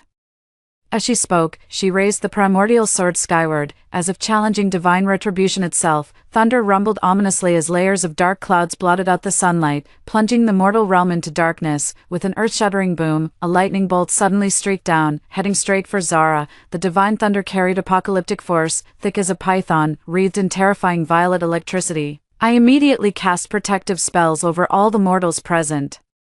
Yet Zara showed no fear, channeling her magic ceaselessly into the primordial sword. As the 2 forces collided, a blinding flash erupted, instantly illuminating the mortal realm that had been shrouded in dark clouds. Zara gripped the sword hilt tightly, her hair whipping wildly as unyielding fire burned in her eyes. All living beings were created by Nuwa. Why then is a woman forbidden from becoming emperor today? If heavens will denies me, then I, Zara, shall defy the heavens. Gritting her teeth, Zara channeled every ounce of her magical energy into the sword, yet even this seemed insufficient to withstand the celestial lightning. Zara suddenly coughed up blood as wounds of varying sizes erupted across her body. The colossal shockwave from the collision between the heavenly thunder and the primordial sword had pushed Zara's body to the brink of disintegration. Clenching her teeth, Zara mustered every ounce of strength to resist, seemingly prepared to perish together with her foe. Yet at that very moment, the layered storm clouds suddenly dispersed like retreating tides. The azure sky reappeared in an instant, and I could distinctly feel the heavenly thunder's power waning. Golden ripples began spreading across the void in concentric circles. Emerging from these ripples were 2 divine artifacts split from the primordial sacred sword, the crucible of heaven's forge and the cauldron of creation. In an instant, they transformed into a hilt and scabbard respectively, streaking toward Zara as beams of light before merging with the primordial sword in her grasp. The heavenly thunder gradually dissipated at this very moment. A dazzling golden radiance now erupted from the sword in Zara's hand. A sudden cry rang out from the crowd, though none could tell who had shouted. Your Majesty is an immortal descended from heaven, ordained by fate. Your coronation brings divine fortune to our Phoenix Kingdom. The courtiers, jolted to their senses by these words, immediately prostrated themselves in reverence. We humbly congratulate your Majesty on the ascension to the throne. Long live the Emperor. 10,000 years, 100 million years. At this moment, though drenched in blood, Zara stood radiant atop the crowd. The overwhelming aura surrounding her commanded such reverence that all knelt in genuine submission. Only I remained standing at a distance, staring blankly for what felt like an eternity at the sword in her hand, for it was the legendary primordial chaos treasure, the Honming sacred blade. The reappearance of this sword can only mean one thing: the lightning tribulation ceased because Zara had gained the recognition of the primordial deities. After all, the primordial sacred sword is Nuwa's creation artifact. How could mere divine retribution withstand such a holy blade? 11. Upon obtaining the sacred sword, Zara didn't even pause to catch her breath before charging straight back to the celestial realm. As for all mortal affairs, they naturally fell upon the original Maya. Fortunately, she was quite ambitious herself. After I explained the whole situation, she immediately agreed to take on this responsibility. I then found a mortal to poison Ethan, allowing him to swiftly end his earthly ordeal so he wouldn't miss Zara's glorious moment. By the time I'd settled these matters and returned to the celestial realm, Zara was already standing before the heavenly emperor, the primordial sacred sword. The celestial emperor gazed at the sword in Zara's hand, not with the fear I had anticipated, but rather with a trace of relief. Since ascending the throne, I've been searching for the whereabouts of 3 sacred artifacts. Never did I imagine you would be the one to find them, Father Emperor. Ethan suddenly appeared in everyone's line of sight. The deity seemed to relax slightly upon his arrival, whether because they believed he could match Zara, or hoped she'd show mercy for old time's sake. Standing before the Heavenly Emperor, Ethan fixed Zara with an inscrutable gaze. The Heavenly Emperor waved his hand, signaling Ethan to withdraw, with the primordial divine sword in her grasp. I fear all the deities present combined would stand no chance against her. Hearing this, Ethan had no choice but to step aside. The Celestial Emperor turned his gaze back to Zara, his expression softening. I understand your purpose in coming here, yet I fail to comprehend why you insist on becoming the supreme ruler of all immortals. You must realize this throne has never been held by a goddess. Should you ascend to it, the burdens you'll bear would far exceed those I carry. I know. Zara's gaze was resolute, her every expression radiating the aura of a natural leader. Precisely because it's never been done before, someone must set this precedent. I'll show the world that women can claim the celestial throne, the god of war's mantle, any role deemed fit only for men. The Celestial Emperor clapped his hands, his face alight with approval. The celestial throne belongs to the worthy by right, and you've earned the primordial sacred sword's acknowledgement. That speaks volumes. With that, the Celestial Emperor extended his hand. Child, place your hand upon mine. After a moment's hesitation, Zara slowly rested her hand upon his. As their hands met, the Emperor's form blazed with radiant light, and an overwhelming surge of power began flowing toward Zara. I could sense an immense surge of magical energy flooding into Zara's body. This power far surpassed her own magical reserves in magnitude. Witnessing this scene left me with mixed emotions I couldn't quite define. I'd braced for a brutal battle, yet everything unfolded with unexpected ease. The Celestial Emperor withdrew his hand after transferring his divine power to Zara. From this day forth, you shall lead all immortals in the heavenly realm. But remember, the burden you carry concerns not just the fate of women, but the destiny of all living beings. A golden mark gradually emerged between Zara's eyebrows. Her closed eyes slowly opened, radiating an aura so formidable it commanded reverence. Your trust shall not be misplaced. Though perplexed, none among the celestial host dared question the Heavenly Emperor's decree. The immortals bowed in unison, paying homage to Zara with clasped hands. I pay homage to the Celestial Emperor. Ethan gazed at the woman before him, lost in some distant memory. His expression was inscrutable. I couldn't read his thoughts, nor did I particularly care to. After a brief pause, he too clasped his hands toward Zara and said, I pay homage to the Celestial Emperor. I watched everything before me with quiet contentment, feeling my consciousness gradually detach from this world. Witnessing a classic romance novel's heroine evolve into an independent female lead has been my greatest joy since transmigrating into this story, though I lack Zara's extraordinary talents to reach the pinnacle of power and fight for women's rights. Reshaping the romance-centric mindset of female characters through this transmigration journey has become my rewarding mission, so from now on, I'll keep time traveling into those classic romance novels to rewrite the heroine's destinies. Bonus interview. After ascending the throne, some immortals asked Zara why she kept her gentle name more fitting for a virtuous housewife than a sovereign. Zara smiled and replied, I did plan to change my name to Phoenix Rain after becoming Celestial Empress.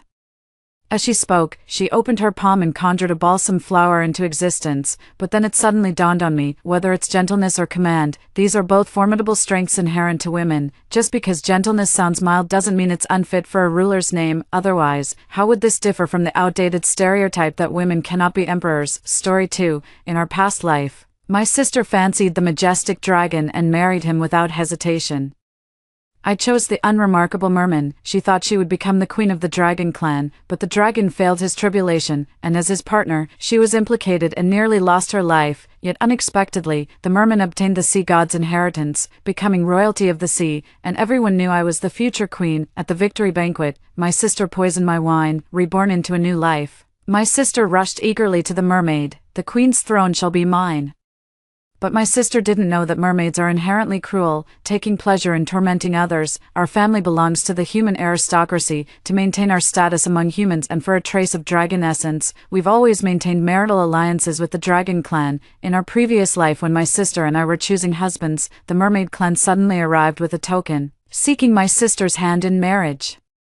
My sister fell head over heels for the handsome and majestic dragon Kian, crying and begging to marry him, so father had no choice but to betroth me to the mermaid instead. But when the dragon failed his heavenly tribulation, my sister as his partner suffered the consequences. Fortunately, father arrived just in time to save her. Even so, my sister became completely disabled. The merman I married unexpectedly inherited the sea god's legacy, becoming royalty. My sister jealous that I would become the future queen, poisoned me. 1. When I opened my eyes again, I found myself reborn on the day of the suitor selection, but by the time I was reborn, my father had already betrothed me to the merman Jules. Gazing at the plain-looking mermaid beside me, a pang of sorrow rose in my heart. I never thought that even after rebirth, nothing could be changed. Just as I was in despair, my sister suddenly declared, "I don't want to marry Kian, I want to marry Jules."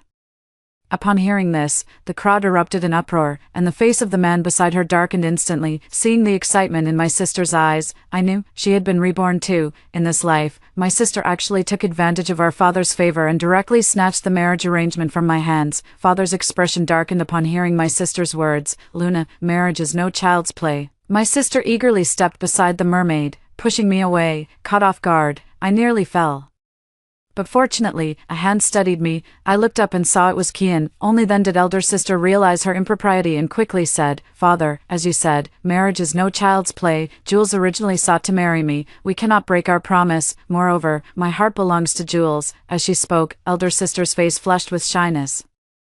Seeing her like this, father sighed deeply and consented. I wasn't the least bit surprised. Elder sister was the only daughter of the first wife, who passed away after giving birth to her, so father had always favored her. From childhood, elder sister was always the first to make choices. She would even take what remained afterward. I watched my biased father with cold eyes when suddenly I felt warmth in my palm. It was Kian holding my hand, his eyes filled with warmth.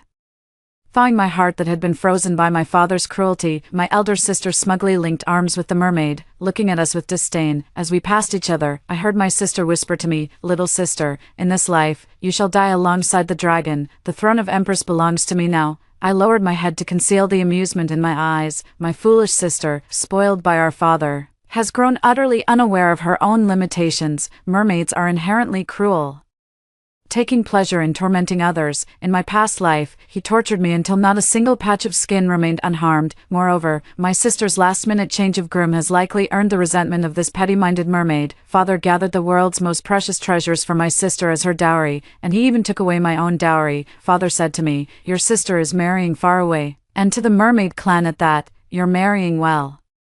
So just let your sister have these mundane things." Seeing father's blatant favoritism, my heart ached, and I lowered my head in sorrow. Kian couldn't bear to see me like this. He took my hand and whispered, "Our dragon clan has many treasures. I'll have someone bring them over soon. Don't worry." Seeing the sparkle in Kian's eyes, I couldn't help but smile. After spending these past few days together, I've discovered that Kian is a very cheerful person, though he carries the pride of a dragon.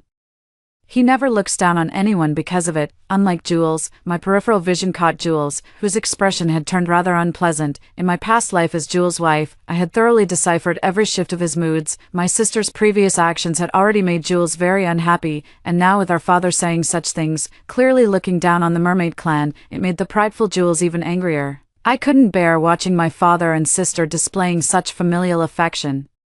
So I wanted to take Kian and leave, but my sister suddenly stopped us. She said to Kian, "My younger sister has poor health, isn't as talented as me, and even has some difficulties with bearing children, but since she's married to you, she's your wife, you mustn't look down on her just because of these things." Even now my sister is still putting me down. She was deliberately making things difficult for me, and I looked at Kian with some nervousness.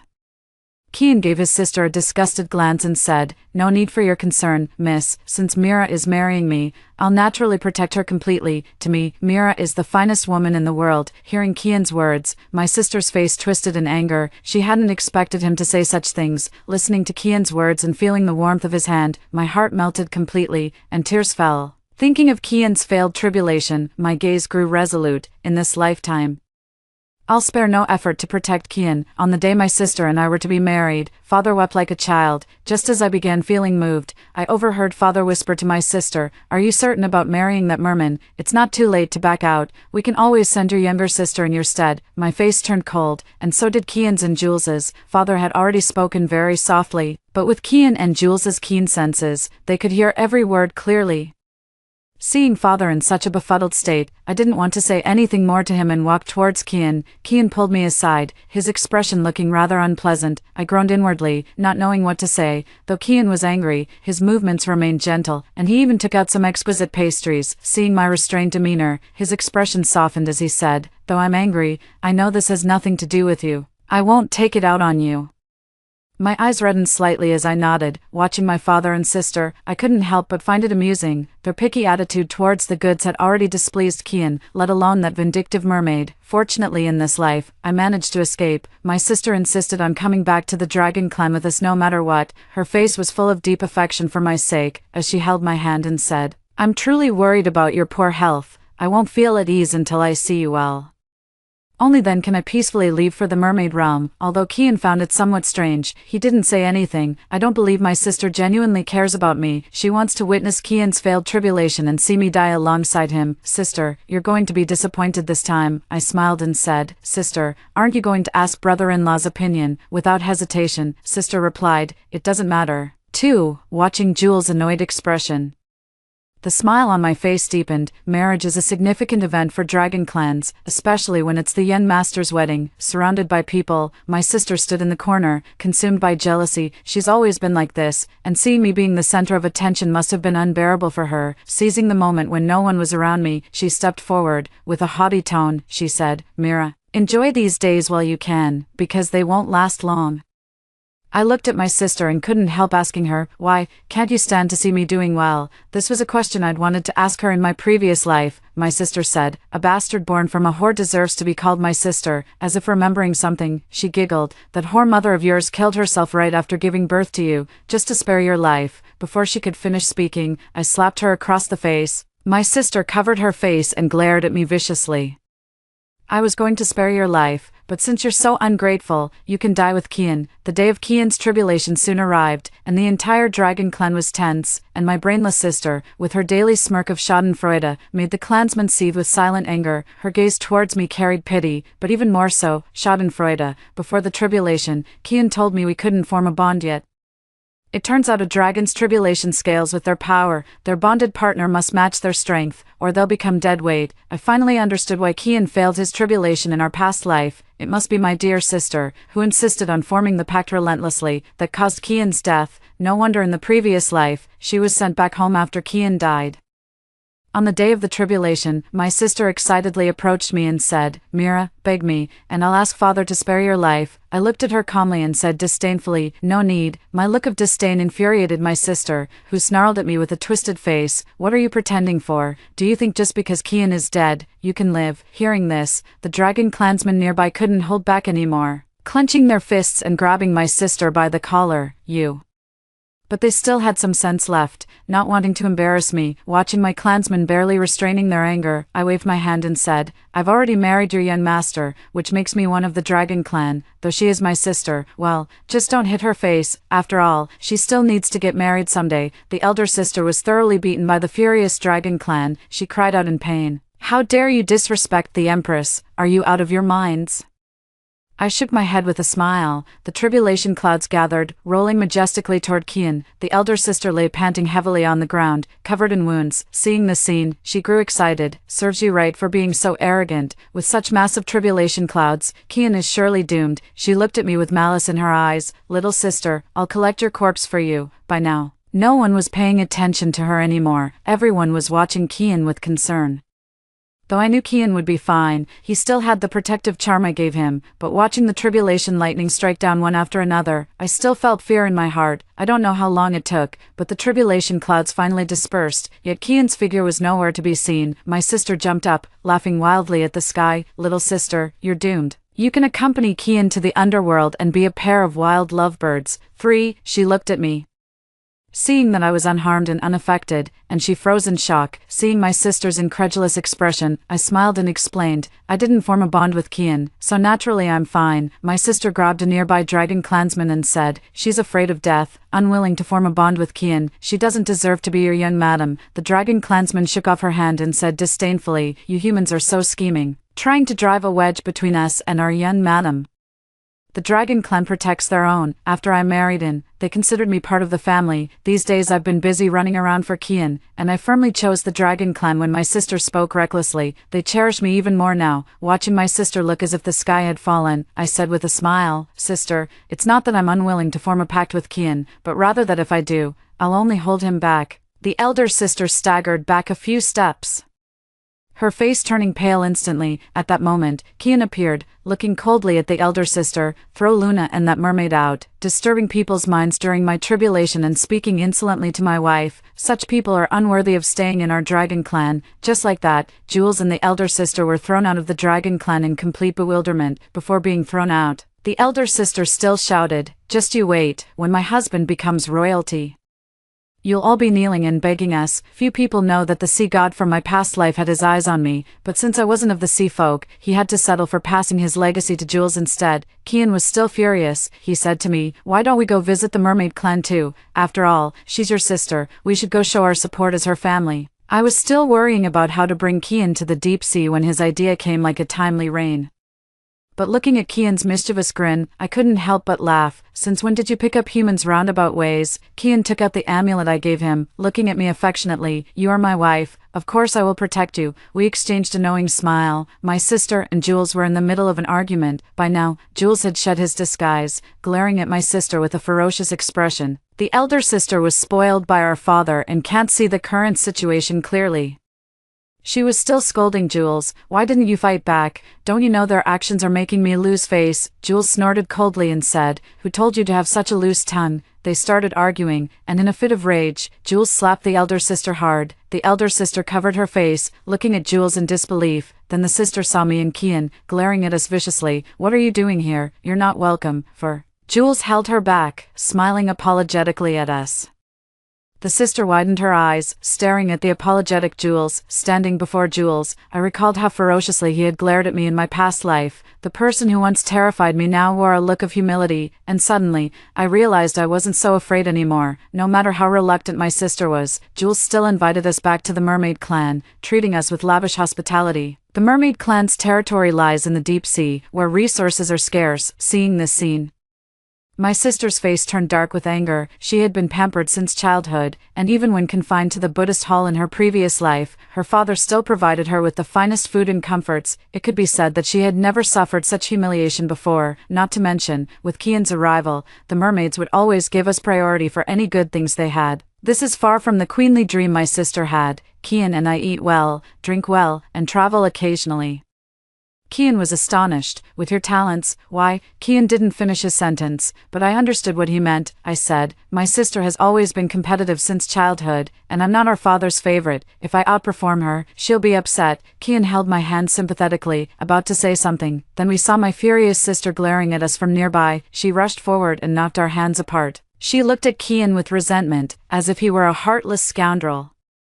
"How could you do this?" Kian scratched his head in confusion and said, "What's going on with us?" With reddened eyes, the elder sister resentfully said to Kian, "How could you do this to me?" Kian was completely baffled by his sister. "Who even are you, sis? How have I wronged you?" The sister put on a pitiful look that left Kian utterly perplexed, then grabbed me and walked away. While walking, he asked me, "Is your sister a bit off in the head, out of nowhere? She acts like I've done something to wrong her, but I haven't." I laughed while comforting him, my gaze briefly sweeping over my sister. My sister's face turned bright red as she glared at me fiercely. In my past life, apart from the day of the suitor selection, I never saw Kian again. Kian gave me the impression of being noble and majestic, so I simply couldn't associate the man grinning mischievously before me with Kian. Kian held a chicken leg, eating with elegant manners. Only the words coming from his mouth weren't so pleasant. "Mira, from now on stay away from your sister and father, lest you become like them." If it were my sister, she would take it seriously and think he was looking down on people, but I was different. I nodded with a smile. Kian and I lived very happily among the mermaids, and Kian was so delighted that he forgot all about home. With no elders watching over us, Kian took me to explore all the forbidden places of the mermaid clan, leaving them furious but unable to speak out. While we were having fun, my sister began to feel miserable. Jules appears gentle and simple-minded to outsiders, but only after interacting with their mermaid clan does one discover that mermaids are inherently cruel. Finding pleasure in tormenting others, they often abduct lone human women, subjecting them to arbitrary beatings and abuse. In this lifetime, with me and Kian present, Jules didn't dare to act too recklessly, only giving my sister a few light blows, but when he realized my sister wasn't reporting to me and was instead hiding it, his attacks became even more vicious. Kian and I are visiting the mermaids' market. Their market is quite similar to human ones, with everything being deep-sea jewelry. 5. Seeing that I liked them, Kian bought everything. As Kian and I strolled through the market, we spotted my sister and Jules standing not far away. Jules wore a dark expression, while her sister looked somewhat listless, gazing at Jules with a somewhat ingratiating look. Upon seeing us, Jules approached with her sister to greet us. The moment her sister saw us, she immediately became haughty, curling her lips in disdain. Some people really mistake fish eyes for pearls, young Master Long. Don't say I didn't warn you, my sister can't bear your children. Kian's face turned cold the moment he heard these words. Seeing this, the elder sister felt a secret delight. Kian said, Mira has formed a covenant with me, she shares my immortality, and our descendants will have their own fate. There's no need for the young lady to trouble herself. Moreover, Mira's aptitude is exceptional. Fortunately, it was me who married Mira, otherwise. Kian's tone was meaningful as he left the sentence unfinished, and Jules's face grew even darker. The sister was furious. She tried to grab Kian's hand, but Kian shook her off. The sister cried out in pain as the scars on her arm were accidentally revealed. Kian was shocked. I didn't use any force. Are you trying to scam me? Seeing this scene, Jules grew nervous. He opened his mouth as if to say something. My sister viciously smoothed her sleeves and glared at me. You little wretch. What did you say to young Master Long? I couldn't help but laugh bitterly. I had originally intended to pressure Jules a bit to prevent him from harming my sister. Seeing my sister like this, there was no need to say anything more. Everyone has their own fate. After all, this is what my sister owes me. After the unpleasant parting with my sister at the market, I rarely saw her. Every time I saw her, she was bruised and battered. She never approached to speak with me.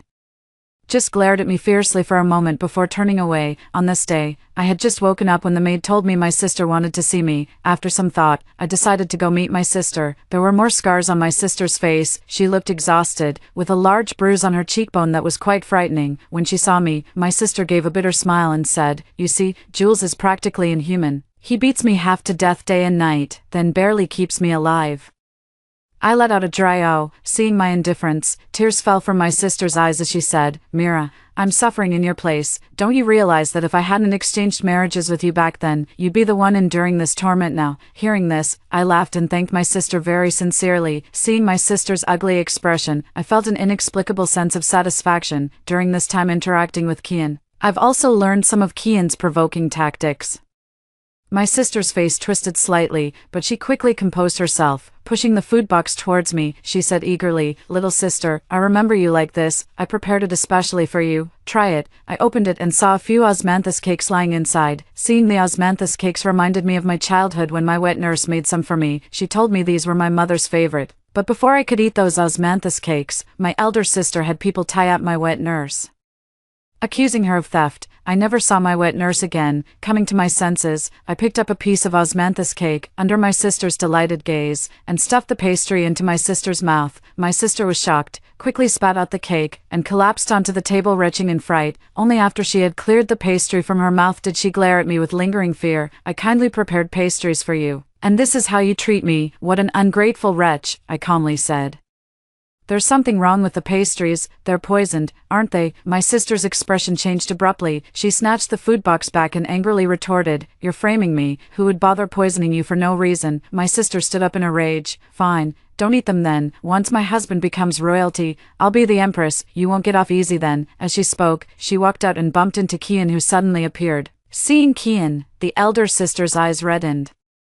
She said sadly to Kian, I don't know why, but my sister misunderstands me so much. We were so close when we were little. Listening to my sister's distorted version of events, I couldn't help but laugh. Kian was completely confused by what he heard, and he sent the pitifully crying elder sister away. After my sister left, I told Kian about how she tried to poison me. Kian was shocked and immediately cupped my face to check if I was okay. I said, I'm fine, but she made me angry.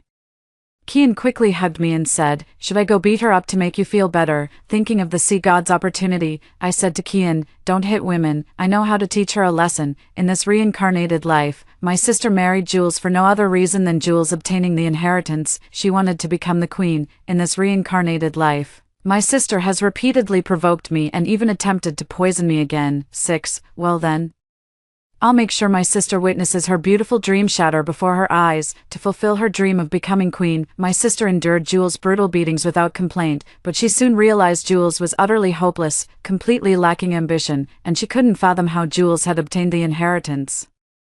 She shamelessly clung to me, annoying Kian so much he nearly punched her. Kian restrained himself from hitting her, but he couldn't stop himself from throwing her out of the house. He let out a sigh of relief and said to me, "Your sister has finally left. Let's clean up and hurry to claim the sea god's inheritance. I can't stand this damned place any longer." Kian looked resentful, so I quickly reassured him. "The sea god's inheritance is about to emerge. I'll take you to claim it. And then we'll return to the dragon clan." Faint footsteps sounded outside the house. After they faded away, Kian and I exchanged glances. Kian burst into silent laughter, and seeing him so delighted, I couldn't help but smile as well. Kian and I left the mermaid tribe, diving deeper into the ocean. Just as expected, two little tails were following behind us. Soon we arrived at the burial ground of the sea god. In my past life, I tried to escape when Jules wasn't looking, but he caught me. In my panic, I stumbled into the sea god's burial ground, disturbing his consciousness. Seeing my pitiful state, the sea god took pity on me, but since I couldn't accept his legacy, he had to entrust it to Jules instead, making him swear to cherish me in this lifetime. I had promised the sea god in my past life that I would properly bury his remains, but in the end, I broke that promise. The sea god's burial ground was desolate beyond words. Remembering his kind face, my heart ached with pain. Through tear-blurred eyes, the sea god appeared, his phantom image towering like a colossal mountain, unleashing an oppressive aura upon us. I realized I remained unaffected, but Kian beside me was drenched in cold sweat, gritting his teeth to endure. Soon, the sea god withdrew the oppressive aura and said, "There are two more little ones behind." Kian and I turned to look. My sister and Jules were sprawled on the ground in disarray. Their limbs were too weak to stand, forcing them to crawl toward us. Seeing the scene, a trace of disgust quickly flashed in the sea god's eyes. The elder sister regained some strength and forcefully pulled Jules up, her eyes shining brightly as she looked at the sea god. "Sea god, I've brought your successor. Quickly pass on your legacy to him." The sea god snorted coldly. "You're making my ears hurt with your shouting. I just found it ridiculous." The elder sister's face was pale, with blood seeping from the corner of her mouth. Jules bowed respectfully to the sea god. "Mermaid Jules pays homage to the sea god." Jules spoke quite eloquently, pleasing the sea god, while my sister looked at me triumphantly from the side. After exchanging a few words with him, the sea god turned his gaze to me and said gently, "Long time no see. I've been waiting for you for a long time." 7. Hearing these words, my tears fell.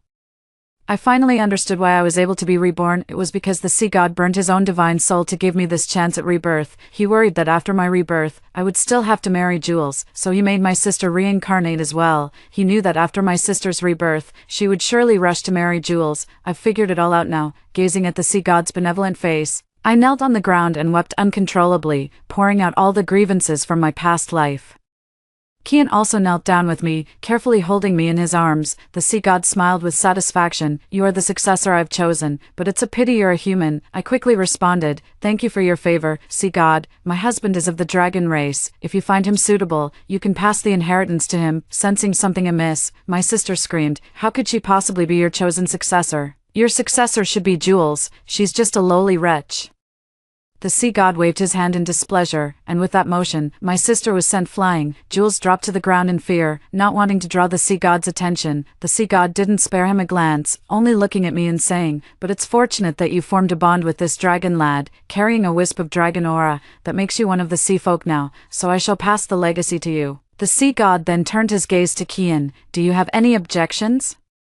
Kian said respectfully, "This junior wouldn't dare, nor would I have any dissatisfaction. Mira is my wife, and we share both honor and disgrace." The sea god nodded in satisfaction. I soared into the air and, under my sister's desperate gaze, accepted the sea god's inheritance. After bestowing the inheritance upon me, the sea god dissipated with a reluctant look in his eyes. Kian and I gathered the sea god's remains and prepared to leave. My sister blocked us, glaring at me with malice. "Dragon Yen Master, are you willing to be dominated by such a woman?" Kian didn't take his sister's provocation seriously. He said nonchalantly, "Just thinking about it gets me excited. I'm the first dragon to live off my wife. They must envy me for finding such a wonderful partner." As my sister tried to speak again, Jules directly slapped her and scolded, "You bitch, this is all your fault." It was only then that I realized my sister had already formed a pact with Jules. Jules' cultivation was being transferred to her, causing his overall abilities to decline significantly. I didn't bother watching their dog-eat-dog fight any longer and left with Kian. The sea god's remains in my arms felt warm, and as I thought of the sea god, waves of pain surged through my heart. When Kian and I left, we took those human women with us. Those mermaids were unwilling, but Kian beat them into submission, forcing them to let the women go. I originally intended to send these poor women back to the human realm, but they said humanity would no longer accept them. Seeing their miserable state filled my heart with heaviness. Kian doesn't understand how difficult life is for women in this world. In my past life, when I was suffering, they would still slip me a bite to eat, just for that one bite of food. I couldn't bring myself to abandon them. Seeing my hesitation, Kian said, "What's so difficult?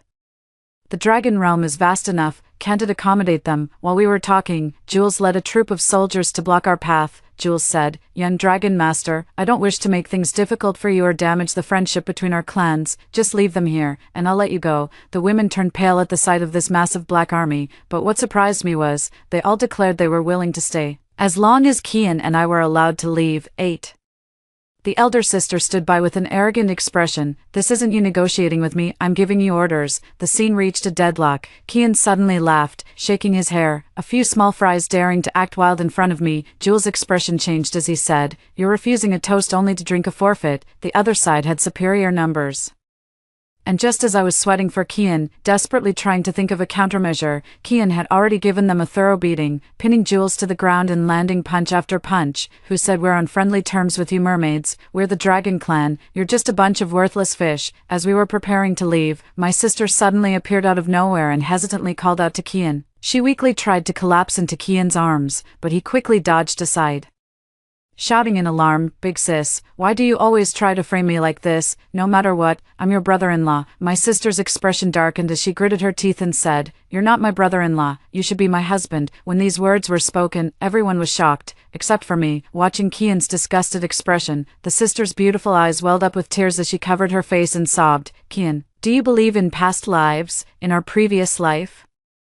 You are undergoing a tribulation, and because of you, I nearly lost my life when the tribulation failed. Given a second chance at life, I didn't know how to face you, so I married Jules instead, but I truly love you." Kian quickly interrupted her. "Stop, I feel sick, I don't deserve this kind of punishment." My sister spilled all the details about our past lives, even embellishing her own image a bit. As for me, I became that vicious woman who hunted her down relentlessly in our past life and stole her love in this one. Kian felt his brain couldn't keep up, saying, "So you mean my failed tribulation in the past life was entirely because you formed a contract with me?" My sister choked up, while Kian suddenly grew furious. "Idiot, look at your own aptitude. If you hadn't formed that contract with me, my cultivation wouldn't have regressed. Thank heavens I married Mira in this life, or you'd have gotten me killed again." My sister's face turned pale and ashen as she pleaded, "I know I was wrong, take me away with you. Jules is a complete madman, his wife should be Mira." I glanced at Kian, who grew even angrier. He shoved my sister violently and said, "Mira and I are already bound by oath, and you call Mira vicious. You're the wicked one. Mira never sought to harm you, unlike you." My sister let out a shriek, drew a dagger, and lunged at me. Kian reacted swiftly,